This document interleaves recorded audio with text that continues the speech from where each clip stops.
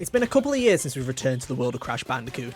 After 2020's brilliant Crash Bandicoot 4, I was eagerly awaiting to see what was next for the franchise, and for a while, that was nothing. After rumours of Toys for Bob being engulfed into the Call of Duty machine, things were looking bleak there for a second, and many wondered if we were going to see a new game from them ever again, let alone something in the Crash or Spyro universes. But in December last year, we were finally given some hope that something new was just around the corner.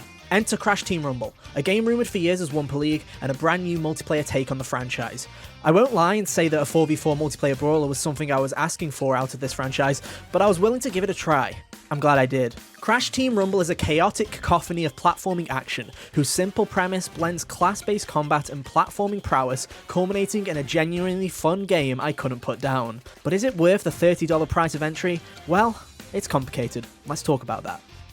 It's hard to classify Crash Team Rumble into a typical genre, but I'm gonna try my best. Rumble is a 4v4 platformer brawler, a plat brawler if you will, that has you and 3 other players team up to collect Wumpa Fruit from crates scattered around the map and deposit them in your bank. The first team to score 2,000 Wumpa in the bank is victorious. It sounds simple at first, and in some ways it is, but it's the various side objectives found within each of the maps that adds depth and chaos to the experience. One of these is the gem platforms that must be jumped on and captured, similar to a control objective, to successfully grant a percentage boost of Wumpa for your team.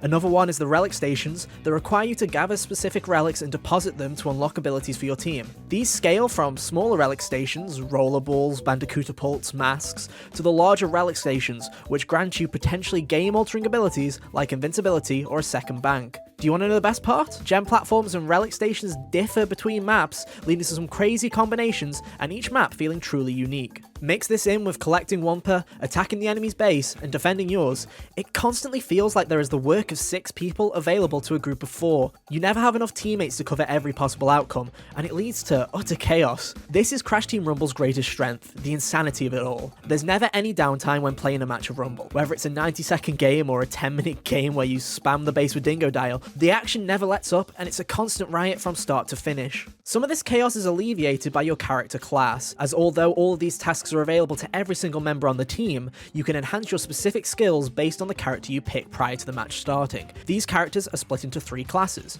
scorers, boosters, and blockers. Scorers are made for collecting Wumpa and getting into quick bouts with enemies. Boosters are more agile, often being able to carry far less Wumpa, but make up for that by having a faster moveset, activating gem platforms quicker, and collecting more frequent relics than scorers. Finally, blockers are your tanks, having higher damage, slower movesets, and are made to be aggressive fighters and objective holders. Despite everyone being tied to a class, there's plenty of nuance between members of the same classes. Every character has a unique moveset that takes core ideas from the class and expands upon them. For example, Crash has a triple spin and a run in the air to make traversal easier, while Catbat is far slower but has a support heal and a dive. Boosters have different playstyles entirely. For example, Coco feels like a halfway between a scorer and a booster, sharing similar moves to Crash but with more defensive capabilities like a shield wall. Cortex, on the other hand, with his blaster and various ranged moves, allow for a long distance approach, but he's more of a glass cannon. This isn't to say the game is perfectly balanced, as from my first few days with the game, one class seems to dominate over others: the blockers. From Embryo with his transformation that allows you to dominate foes easily and throw beakers from above, to Entropy with her ranged attacks and Housemarque-esque explosions. They seem to dominate every game I play. Heck, I even had folks at Toys for Bob watching me play, and I'm ashamed to admit they saw me bully as a Dingo Dial in a game that lasted nearly 15 minutes. They are a ton of fun to play, but man do I feel like they need to find a balance, as a team of all blockers is truly overpowering. In regards to the levels themselves, there are over 10 for you to play at launch, and they feel fast and frantic. From vertical maps like Tiki Towers and Surreal Summit, to more open maps like Just Beachy and Tar Valley, all feel unique and satisfying to play. This is thanks to unique relic stations situated on each map to give each one a distinctive feel, but also from the designs themselves. Some like Surreal Summit have the banks right next to each other, creating a more aggressive match. Others like Just Beachy have banks on opposite sides, but have movement mechanics like balls to create a frantic collection race in the center of the map. They aren't all winners, looking at you Rusted Refinery, but there isn't a single map I don't enjoy playing when they show up in rotation.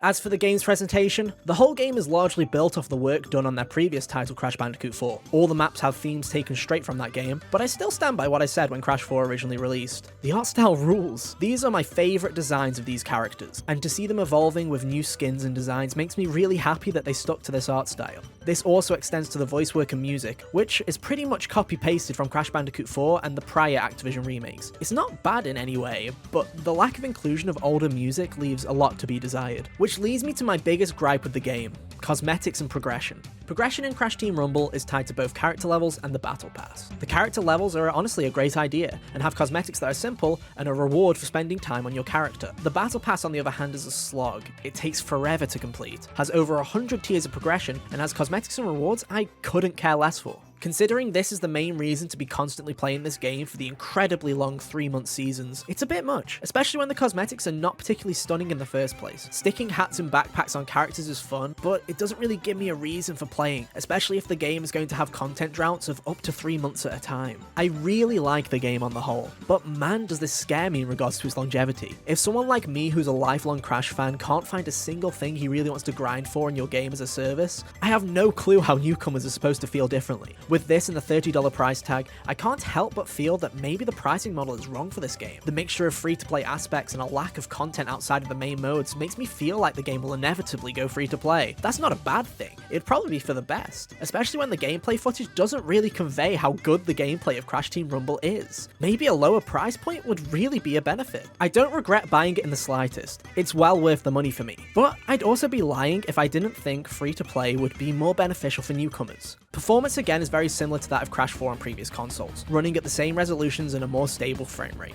What's less stable is the game itself, however, as I have had dozens of crashes and a few visual bugs throughout the course of the game. Luckily, it seems that most of my issues seem to be unique, as Toys for Bob staff were kind enough to watch my launch day stream and troubleshoot some fixes for me. Most of these bugs will likely be patched in the near future and are fixed on restarting the app, but I thought I should make a note of it. I won't lie to you, at the start of this review process, I was coming in with a pretty cynical view of Crash Team Rumble. I initially believed it to be a soulless cash grab, attempting to profit off the overexposed games as a service genre. But as I dove into the actual experience and found myself pleasantly surprised, there's a lot to like about Crash Team Rumble, and you can tell that it was made with a lot of love. It's hard to explain and footage really doesn't sell it that well, but there's a chaotic brilliance to Rumble's mechanics, where every character feels fun to play and the gameplay is addictive whether playing in a party or solo. Maps are varied, mechanics are well designed, and I have genuinely loved my time with it so far. That being said, I still struggle to see a successful future for Rumble. Its $30 price point makes it a tougher sell for newer customers, and its lackluster cosmetics aren't going to fuel consistent engagement. These issues could easily be resolved in the future with more seasons and discounts. I just hope Activision gives the game enough of a chance for them to get that far, as many games in this genre barely make it to 1 year. Despite all this, I can still safely recommend Crash Team Rumble if you're interested in it, whether that be right now or in a potentially free-to-play future. Its mechanics are solid, gameplay is fun, and I can honestly say I haven't played a game quite like it. It can feel slightly cheap in its overuse of prior assets from Crash 4 and the earlier remakes, but it's a fun brawler with a ton of interesting characters and concepts. It doesn't always hit the mark, but there's plenty of fun to be had, and I'm hopeful in its potential future. It may not be a perfect smash, but it is far, far away from a stumble.